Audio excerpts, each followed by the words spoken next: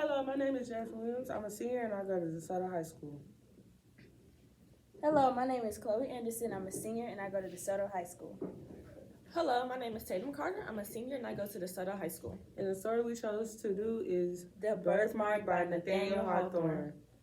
We chose this story because it speaks about beauty standards and the issues that we have in society today. We also chose this story because it shines light on feminine characteristics and how feminine or females today tend to idolize themselves in the male gaze.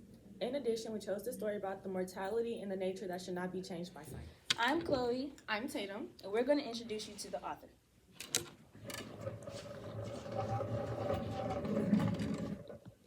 Nathaniel Hawthorne was an American novelist and short story writer. His works often focus on history, morality, and religion. He also was a master of symbolic tales. So today what we're going to do is draw an Arthur wheel of Nathaniel Hawthorne. So, we start with Nathaniel Hawthorne in the middle as the key to all of his family tree.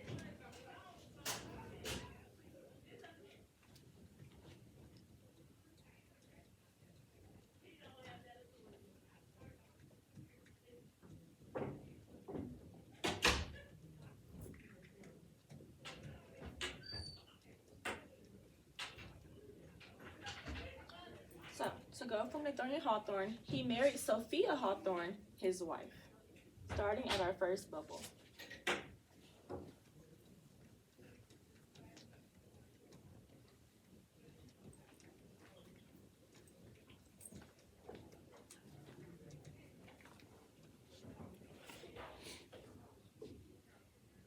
From Sophia Hawthorne, she birthed 3 of his children: Julian Hawthorne,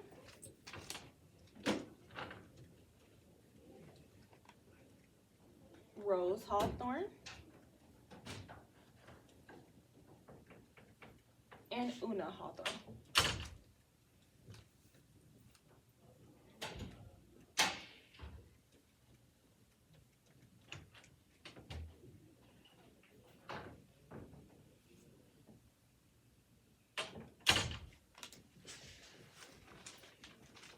Hawthorne was born on July 4th, 1804.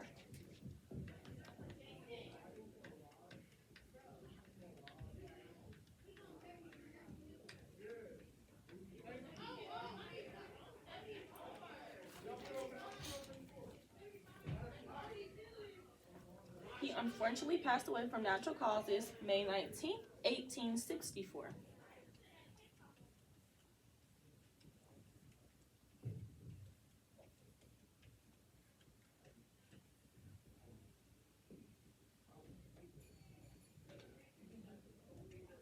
He is best known for The Scarlet Letter, which was written in 1850.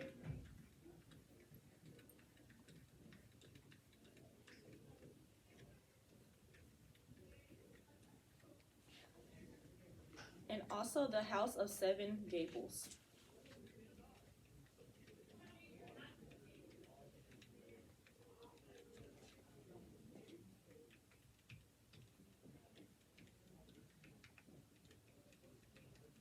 First, I will be doing a character breakdown introducing Eleanor. Nathaniel Hawthorne created this character in the light of him being an accomplished scientist, but he was a mad scientist who was obsessed with Georgina's birthmark. So, keywords we can put is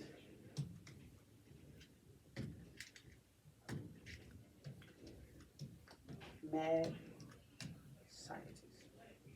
He had many scientific feats, but the phrase win some, lose some was very prevalent in his life and his career. Win, lose.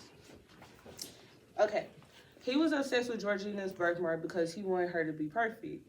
But in nature, nothing is perfect, but he was also trapped in the mindset that science can fix and create everything and nothing should have any flaws. And that contributes to the societal issues that we have today with beauty standards. In society, we want good, straight hair, perfect skin, perfect dressing, No one is allowed to be themselves. But that's where the lesson of and mortality and morality comes into play. So, more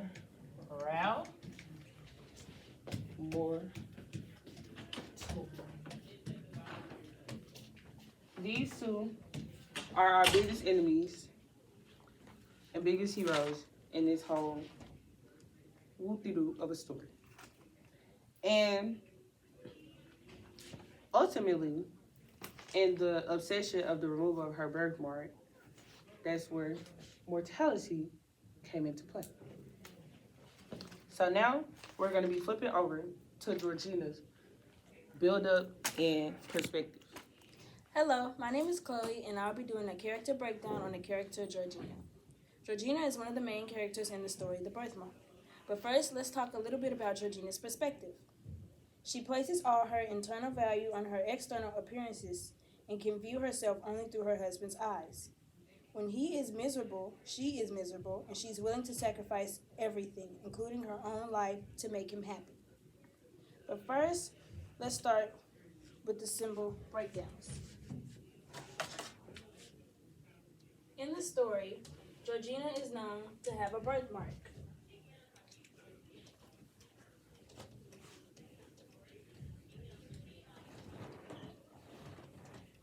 Upon her cheek.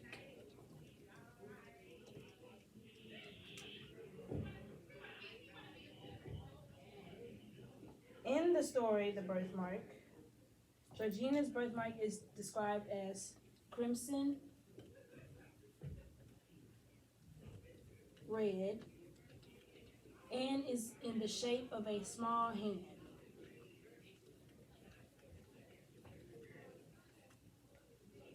However,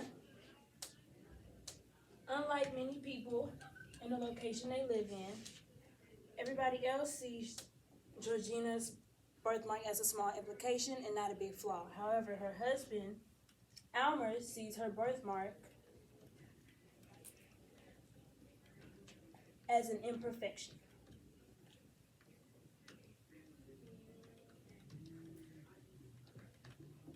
And in the beginning, when he marries her, it's not a problem.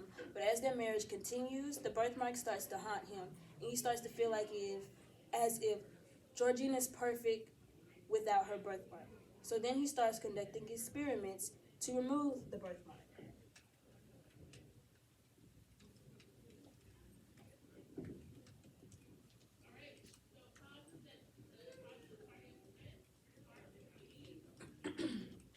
And as stated in the beginning, Georgina places all her internal values on her external appearances based off of Elmer's opinion. So if he says her birthmark needs to be removed, she would do any and everything to make him happy, which means she will go with removing it.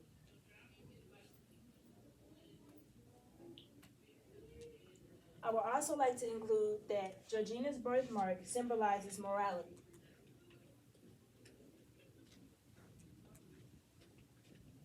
According to the narrator in the story, every living thing is flawed in some way. Nature's way of reminding us that every living thing eventually dies.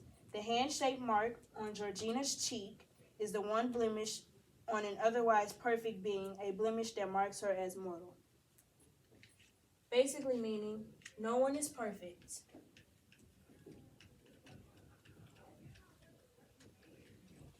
And everyone has a flaw.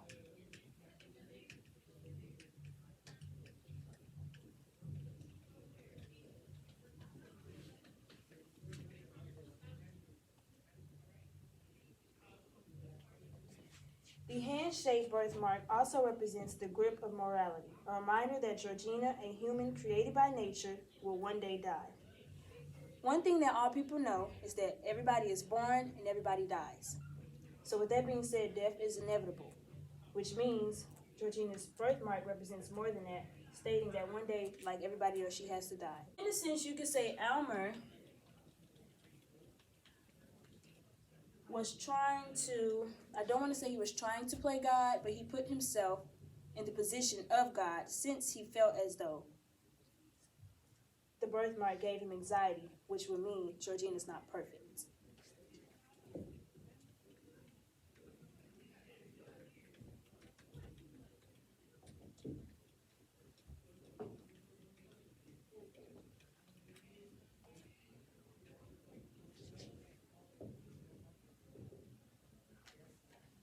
But however, more emphasis on Georgina's birthmark, that is crimson red in the shape of a small hand.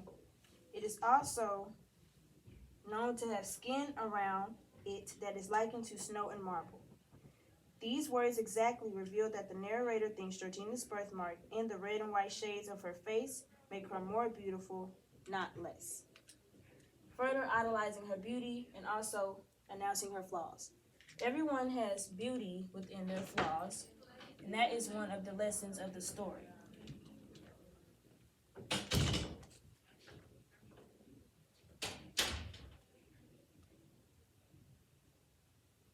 However, to include some literary elements in the story, for instance, imagery. Hawthorne uses flower imagery in relation to Georgina's beauty to suggest that her beauty is delicate and imperfect, and that her birthmark indicates the imperfections that define all humans. Humans are defined by their imperfections and flaws. When the birthmark is removed from her face by way of science, she dies. As stated before in Almer's character breakdown, science and nature are two different things. You can't define science and you can't define nature. Nature is natural, science is man-made. Another literary element is the setting. The birthmark takes place in the late 1700s in the home and laboratory, like such, of the fictional scientist Almer. Hawthorne never gets into detail about the geographic location, and this only enhances the story's sense of isolation.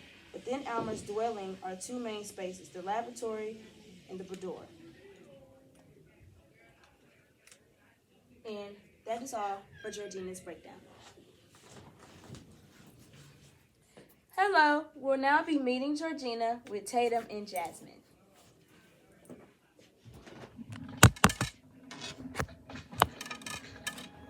Hello.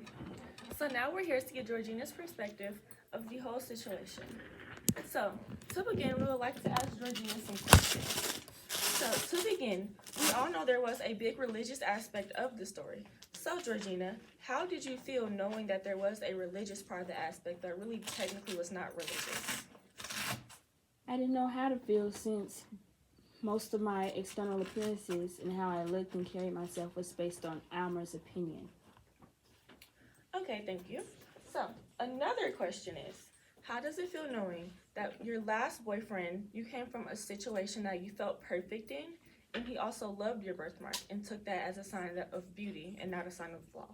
So how does it feel coming to a relationship now where you're ultimately killed because of your birthmark? It's a little discouraging because now I think I'm not enough for Almer, or is something wrong with me.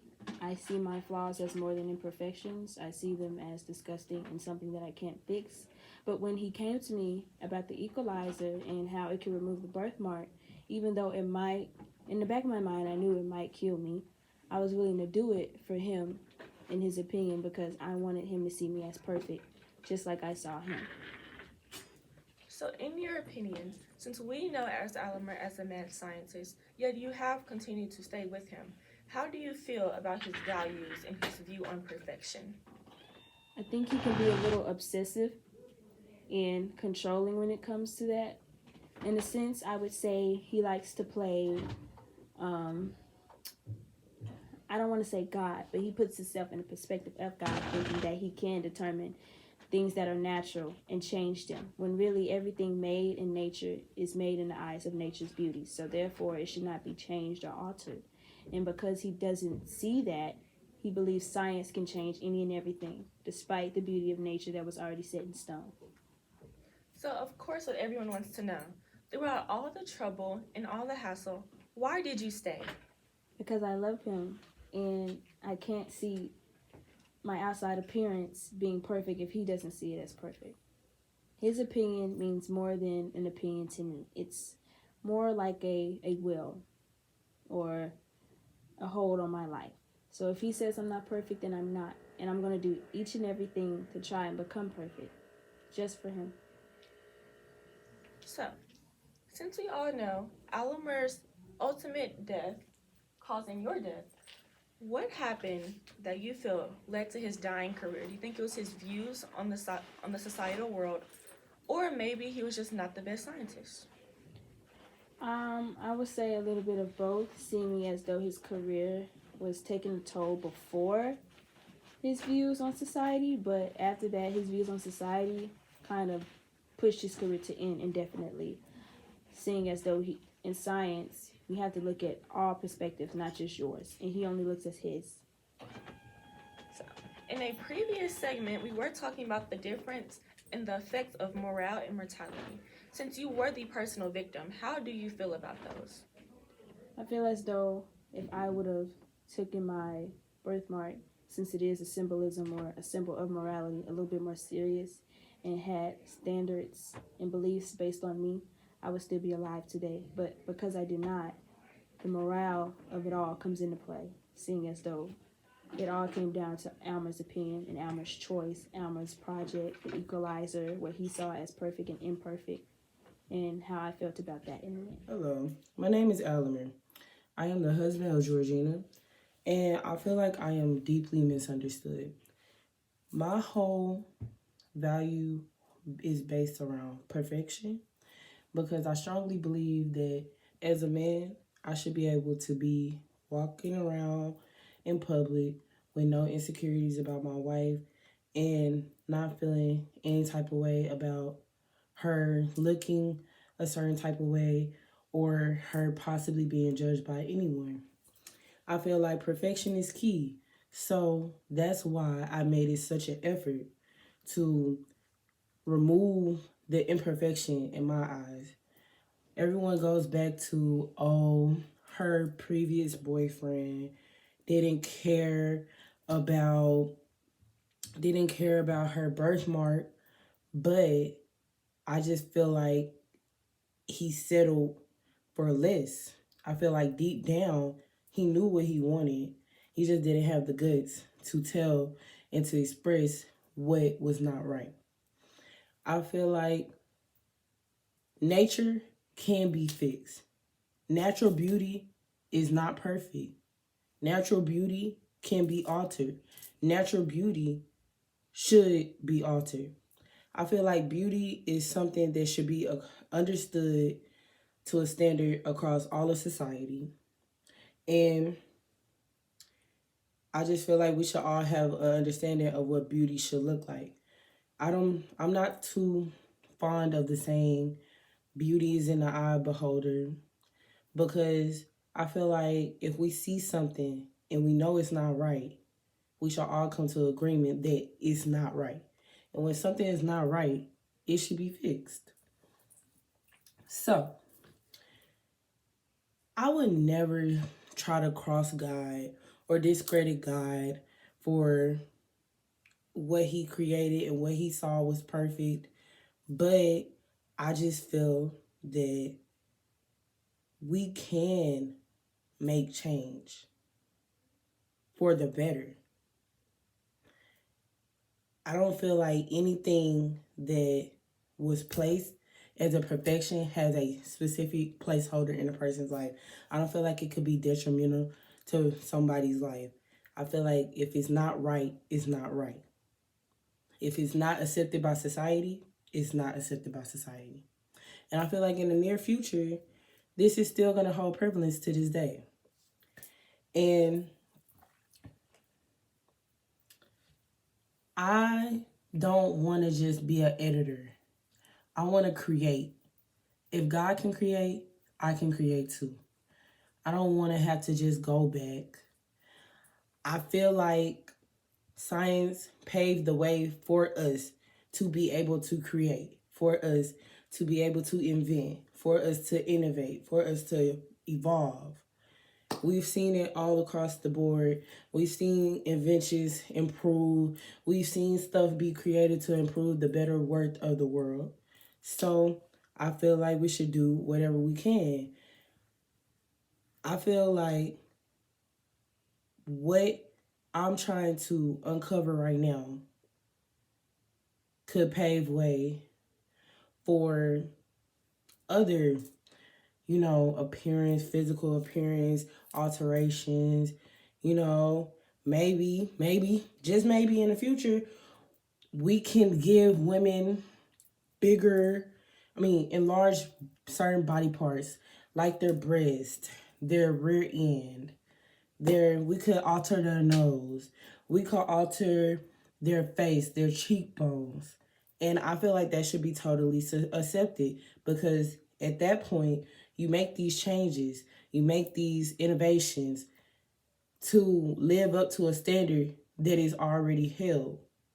Instead of trying to disregard the standard and act ignorant to the standard and then be subject to having to be talked about, bullied, criticized, I feel like we should just all adapt to which. And how a woman looks, on how your woman looks, I feel that that has a big thing to do with your self-esteem as well. I don't want to walk around and I know my wife. My wife is the best ever. But I don't want to have to walk around saying, "Oh, my wife is beautiful," and then in the back of my head, I'm just thinking, "But it's this birthmark. It's this birthmark that throws her completely off."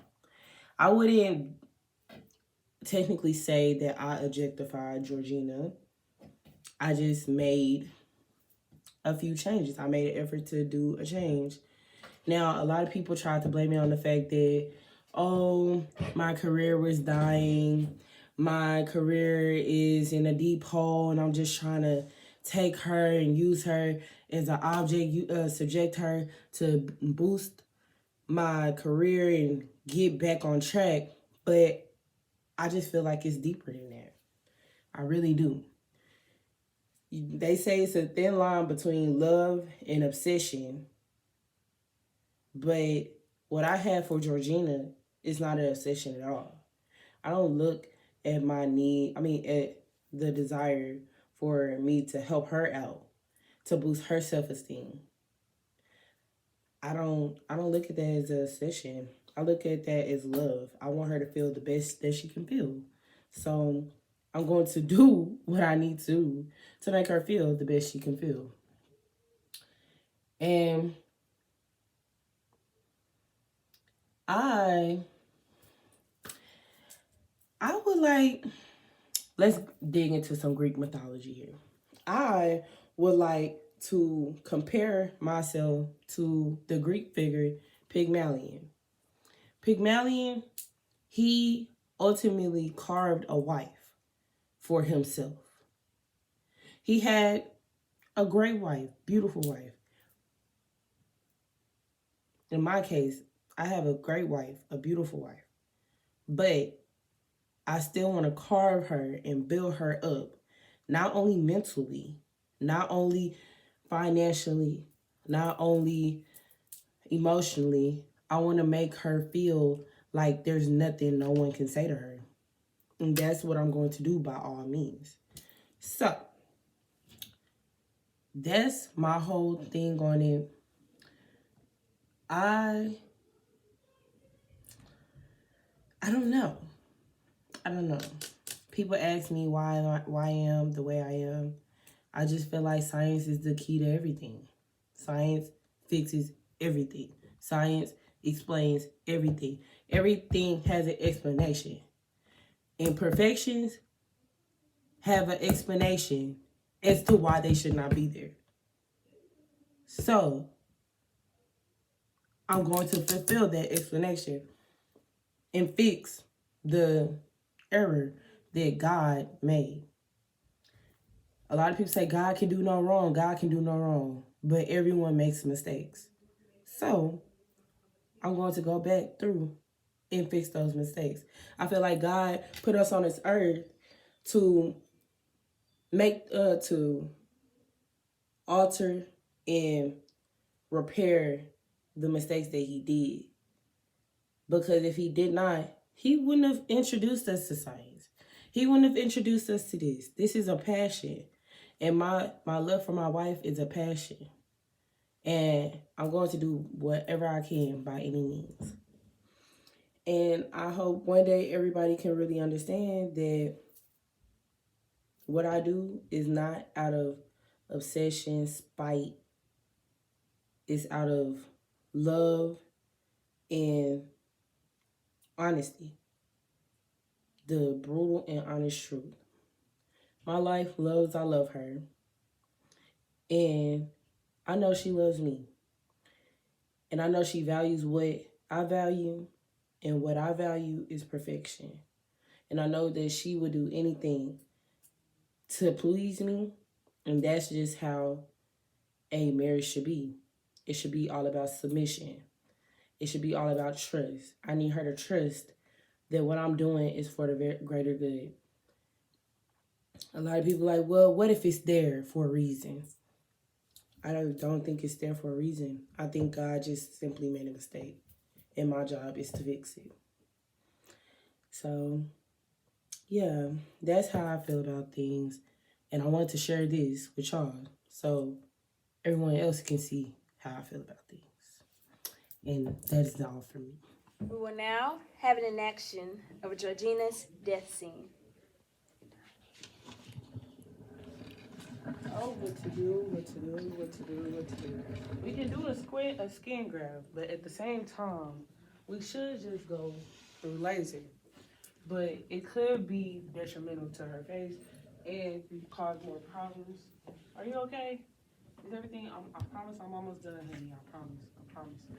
But I have to find out your right skin tone. I have to make sure that everything is correct and draw the placement.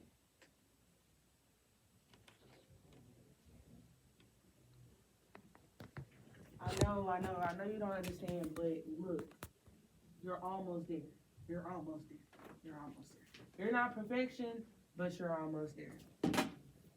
Ooh, I get tired when you talk about that. I don't care what he did. This is about me. This is a new revelation. I could go big about this.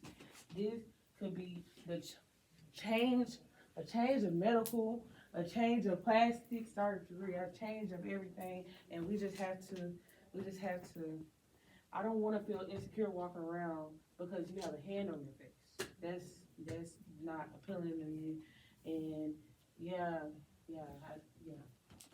Okay, I need you to open your eyes.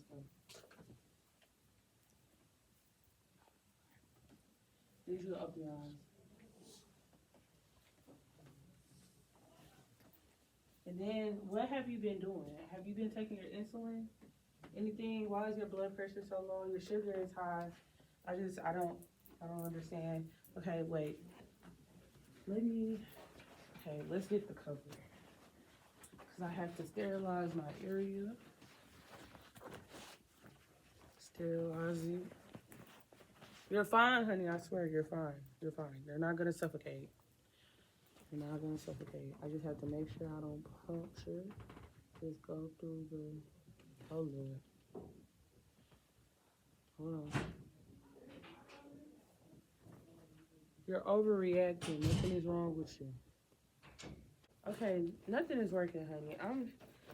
I'm gonna go read up on my research because I think I have just the trick. I think your vitals are back stable. Let me look at the monitor. Okay, is everything okay? You're good? Okay, I'll be right back. Tell me if you need anything. Okay.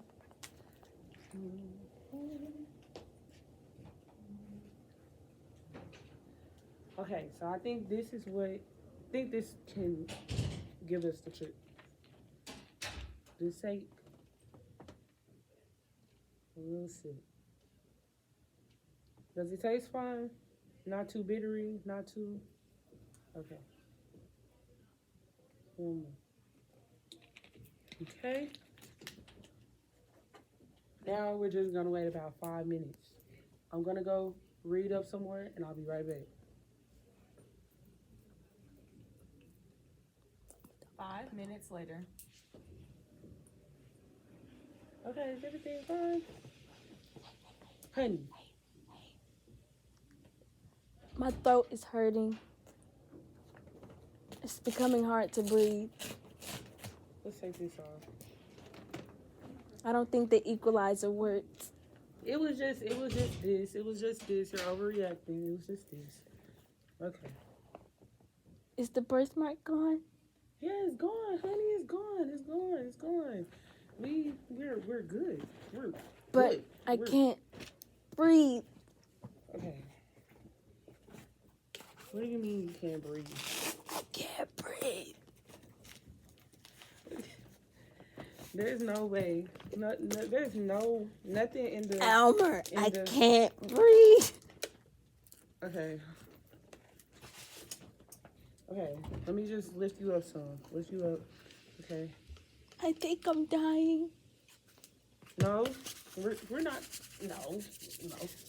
Okay.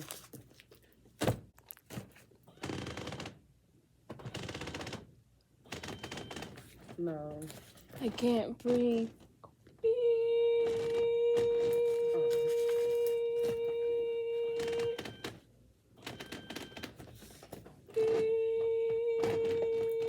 Oh Lord. Georgina has died. Well, I love you.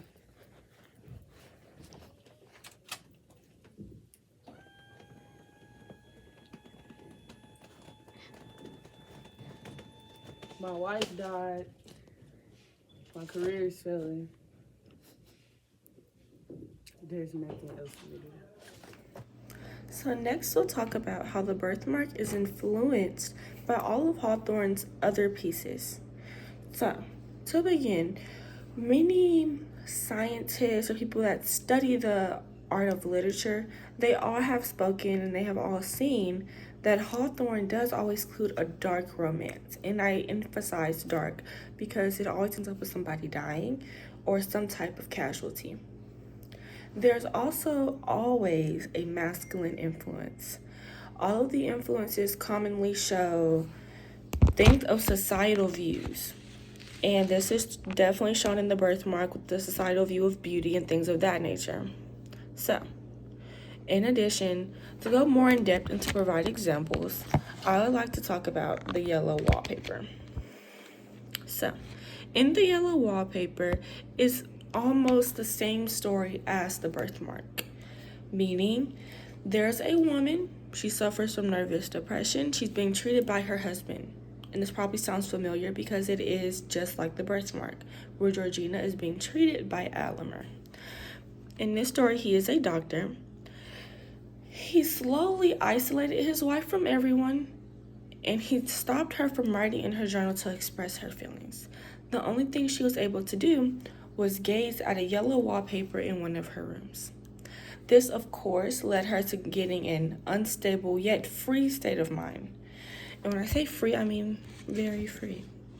So, this is seen as the same thing. Because you can see in the birthmark, Georgina did stay very far away. They stayed in woods. So she was also isolated. So all she could really talk to and lean on is Alimer. So that's how you kind of get that codependence. In addition, the masculine influence is something that Hawthorne definitely focuses very heavily on.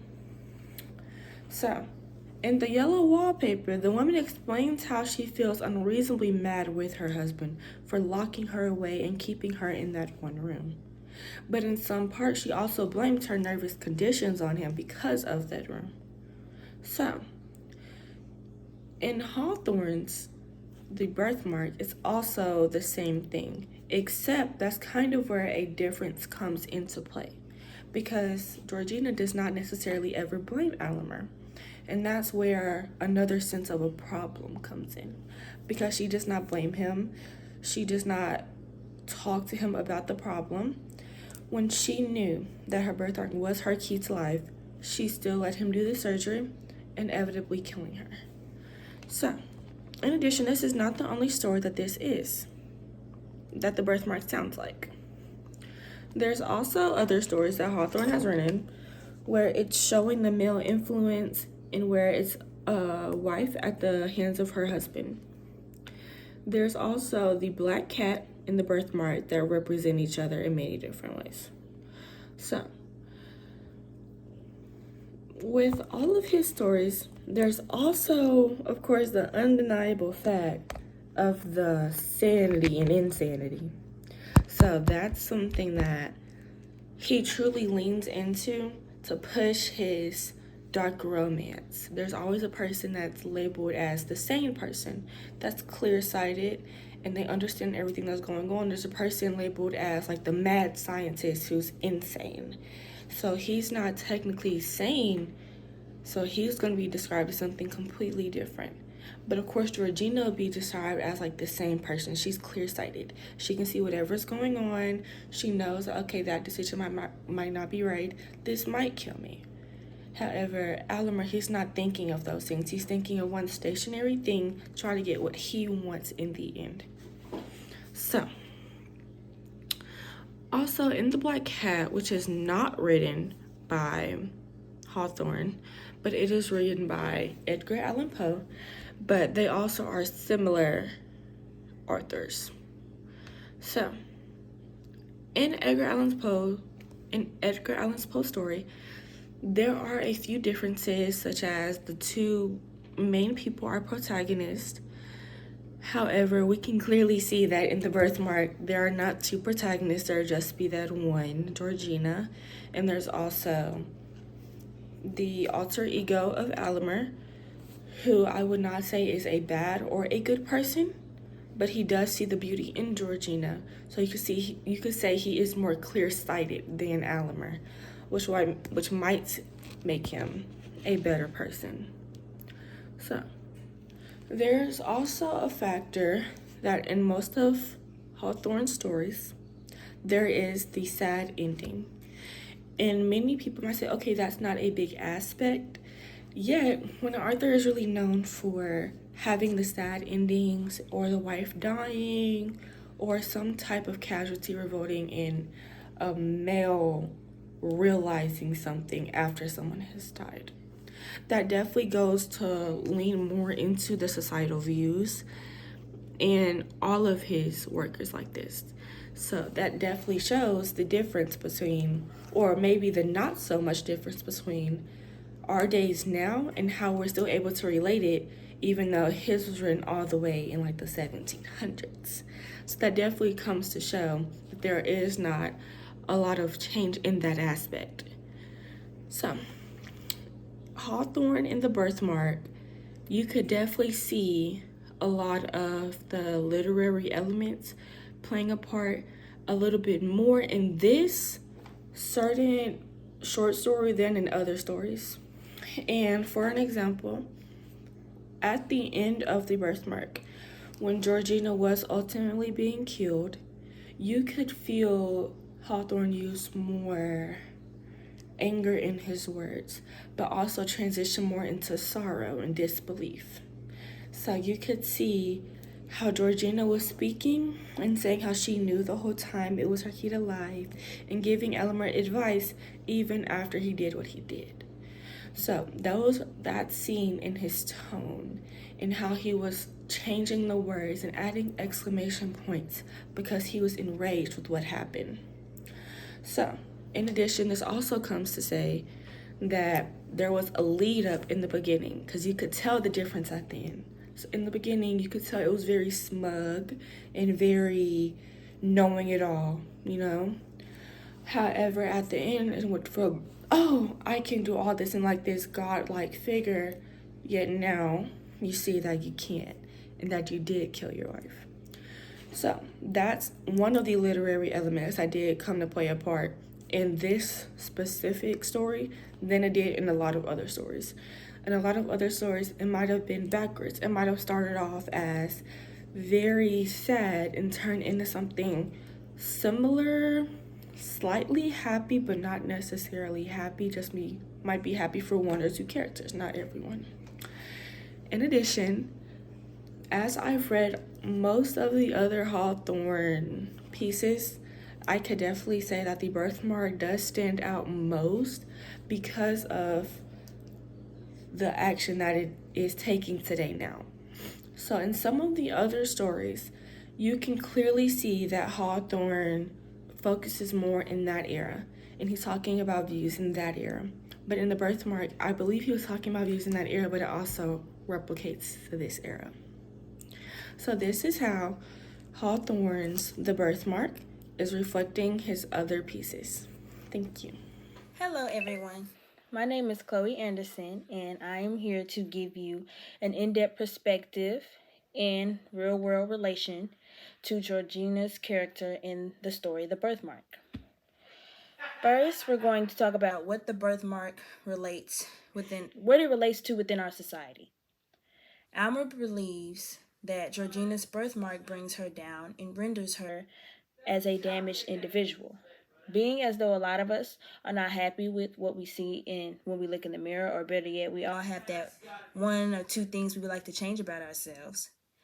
That, or we would feel should be changed about another person simply because it doesn't fit in today's societal standards.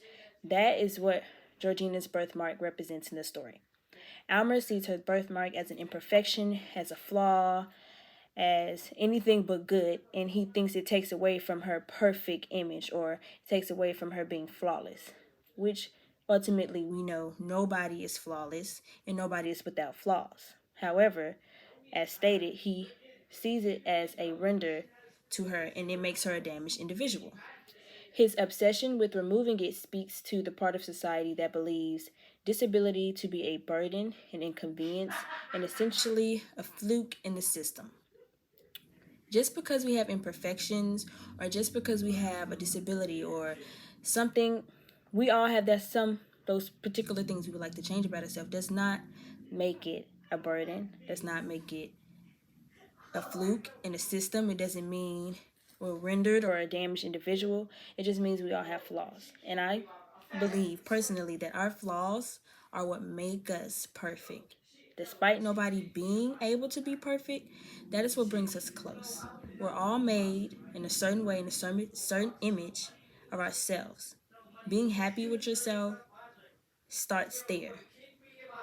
Had Georgina been happy with herself 100%, there was nothing Alma could have told her that would have rendered or changed her opinion on how she looked. Because before then, Georgina saw her birthmark as beautiful, just as everyone else where she lived did. In the story, everyone around her saw Georgina as beautiful, fair-skinned, the fairest of them all, if you will, and so on and so forth. So when Alma pointed out her birthmark, which he didn't point out in the beginning of their marriage, she started to feel as if it was a big imperfection, and as if it made her ugly or a damaged individual.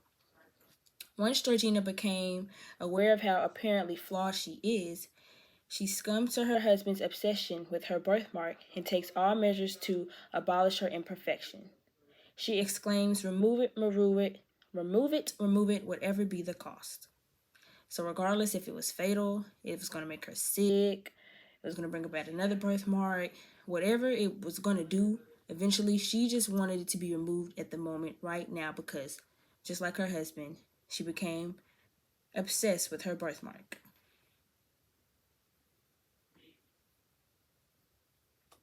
However, the main message of the birthmark in relation to today's society and how we see ourselves, the central theme in the birthmark is the concept that some areas of life and human experience should not be tarnished with science. Nature and science sometimes can go hand in hand, but they are two different things. What is made in nature should not be changed by science, and I think that is the message that the story is trying to push.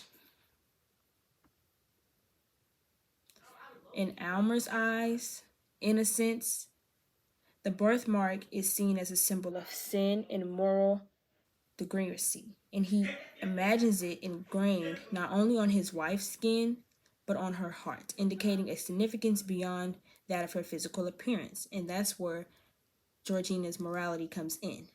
In the story, when the birthmark is finally removed and Alma is happy after all of the trials and errors and the tests and different experiments he conducted, she's happy as well because he's happy. But shortly after that, she passes away in the story because that birthmark was her morality. nothing perfect exists. Therefore, she succumbed to her death because nothing perfect can exist. And that's why the birthmark on her skin indicated a significance beyond that of her physical appearance. Georgina only hates her birthmark or grows to see it as a flaw and imperfection due to the want and the obsession to satisfy her husband. Later, Georgina looks into the mirror and sees herself as a white rose on her cheek. She begins to become dissatisfied with her imperfect, pale appearance because it makes her birthmark more evident. She now hates her birthmark even more than Elmer does just because she wants to satisfy her husband. As I stated at the beginning of the video, Georgina's birthmark is crimson red, but the skin around her birthmark is a pale snow white.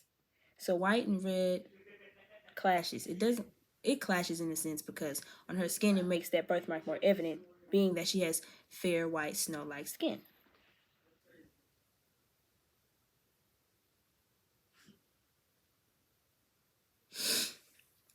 All in all, this is a story that can better be related to today's societal norms. When we look on Instagram or Twitter or TikTok or on TV at the BET Awards or these TV shows and things like that, it's a carbon copy of how they think everybody's supposed to look. And when you don't fit in that copy, you're seen as ugly or disgusting or unbeautiful or this, that, and the third. For instance, let's take that Victoria's Secret incident. Everybody knows Victoria's Secret models look a certain way, a certain height. They're not too big in the hips. They're not too little. They're perfect.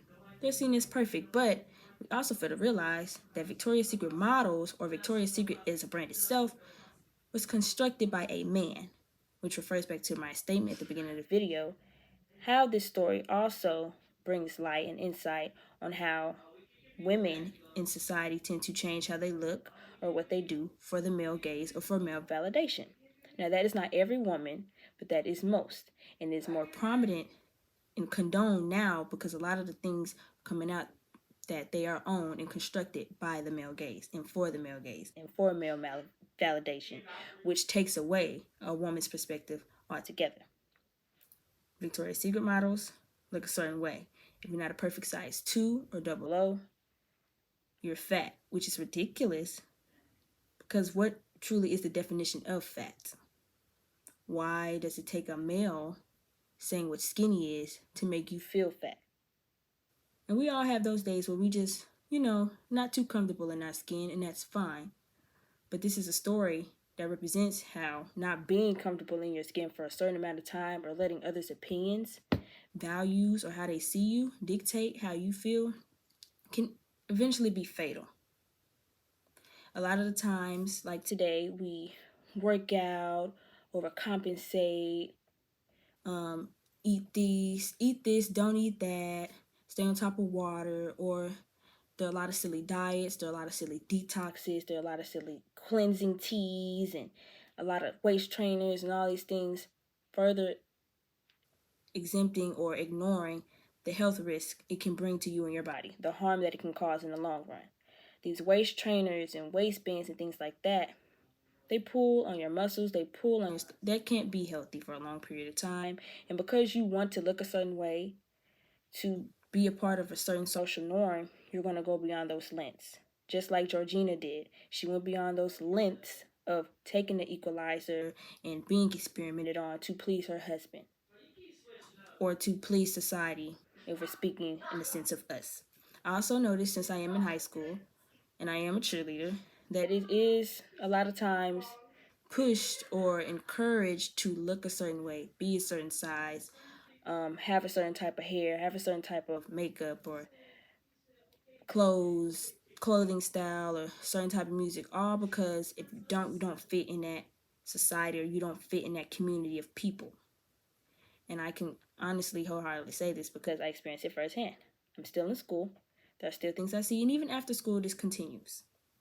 For instance, like I said, on Instagram, there's nothing wrong with wanting to be a certain size or wanting to look a certain way, but it becomes unhealthy and it becomes an obsession when it's because you want to do it because of other people or you want to please other people. When better yet, it's better to be yourself because in the end, you'll never truly be happy if you're not happy in the skin that you have.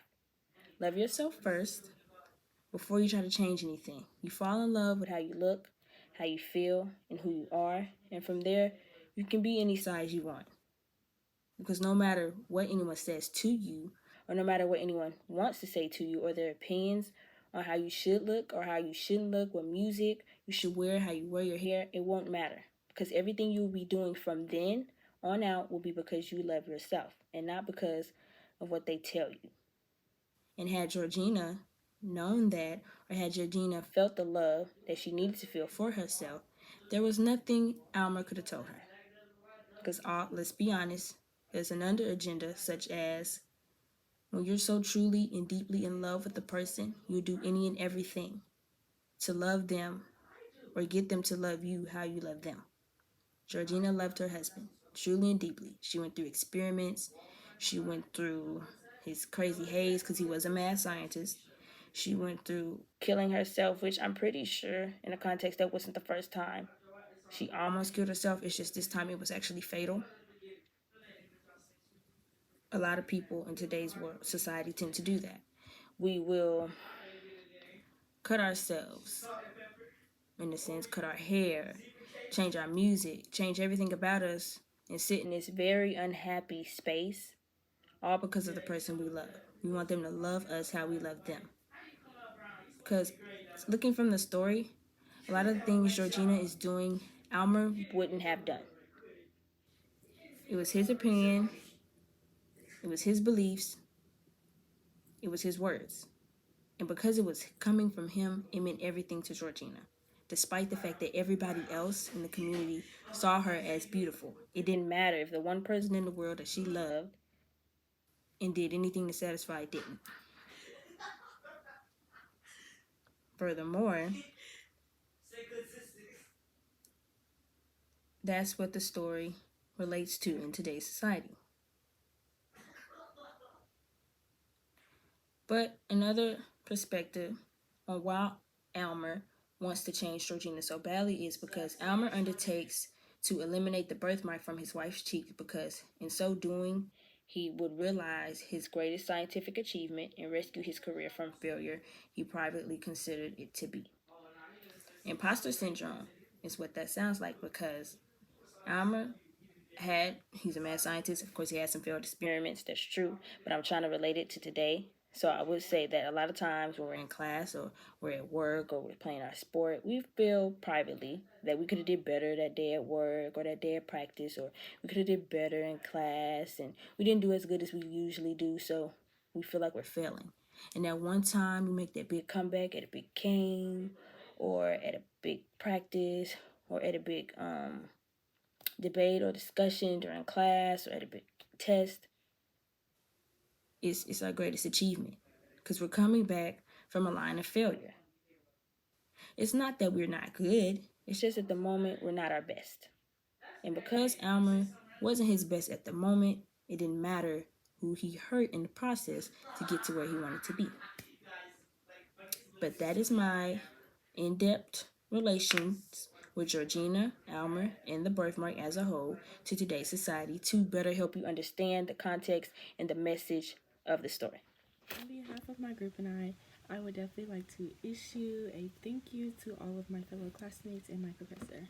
I would also like to share a few things that I have learned while doing this project about the birthmark and about Nathanial Hawthorne and a few other things. So, to begin, firstly, I would like to say that the birthmark is definitely a great example to many, not even young women, but just citizens of America and possibly other countries too, I'm not sure, that go through the same exact things, the same societal standards, and the same beauty standards. These are not things that many people talk about on a daily that I feel that they should. And on behalf of my group, we have all discussed this very, very, very thoroughly. And we all feel that they should be discussed more. And it's crazy to say that Nathaniel Hawthorne as long ago that he published his short story, that all the things he's going through and saying in this story are still true to this day. And it truly does say a lot about the society. And in the birthmark, we definitely learned about how one person can hold so many attributes. To go further in depth, Alimer was a accomplished scientist, but he was also a mad scientist. He also had many mental illnesses that maybe we are not even aware of, but you can tell through his actions and through the way Hawthorne was walking us, through the way he was thinking, and how he was progressing in his studies and everything of that nature. And I also love the contrast that Hawthorne put in with Georgina. She was very clear-sighted. She knew how to express her feelings, express what was going on. And even though she was blinded by love inevitably, she still knew what was going on, and she truly was in control. And to also go further in depth, Georgina is also a great way to see how some women in society do truly base themselves off of a man, and that they worship love in the sense of, I need this, this is fulfilling and I'll do what he says, rather than sticking until, you know what is correct. This also goes into say about how when we were talking my group, that we did truly put more connections into religion than I think we were originally letting on. So in the aspect of religion, Alimer did base a lot of things off of a godlike perspective, meaning he was saying things that only he could control, or how he wants to control somebody's fate. And inevitably, that's what ended up happening with Georgina. That's the whole thing about the birthmark. And that's basically kind of the moral of the story, is that there's the birthmark, and he sees that as a flaw, as a defect. So he can see, okay, she's not perfect. Whenever you're not perfect, in biblical terms, meaning that you're able to sin and you are mortal. And that was his whole thing. Not being immortal, but you can see that, okay, she can sin because she has a defect. She has an imperfection, which was not seen as imperfection to everyone, only him. So in summary, I think from that we got many real life takeaways and things that we were able to sum into our own personal lives. And even when we are walking through our high school, we're able to see, okay, I can see how he was saying this and how they pertain to regular things. In addition, I would also like to say that the other character in the story, the alter ego of Alimer, he also played a very defined role in the story, because even though he was made in the character to not personally be a full person, maybe just like the embodiment of somebody, and not really the personality, but even though he didn't have those aspects, he was still able to see the beauty in Georgina, and he was able to advocate for that. Even though Alimer, the one that's her husband that loves her oh so much, he still couldn't get past the defect because he just became so obsessive over the idea of perfection, even though he himself was not perfect. And this also shows while in the last scene, when she was unfortunately killed, that goes to show how even though you're doing all this for the man and by being blinded by love, she was still clear-sighted in the end, because she was still saying, she knew this was going to happen, and she's just letting you know this is like what happens when you're not taking, you take things for granted, but then you leave it. So inevitably, we were able to truly get many takeaways and grab many things to maybe use on our own and based on our personal experiences to use for a later date. And I would truly recommend for anyone watching to read The Birthmark, because that will definitely let anyone know, even not a female, male, whoever, it will definitely help you realize societal values and how even that was written in the 1700s, that's still true to this day. In each and every aspect he was saying, it it was definitely very real. And even though it was written way long ago, we can still use many of the effects today. Thank you.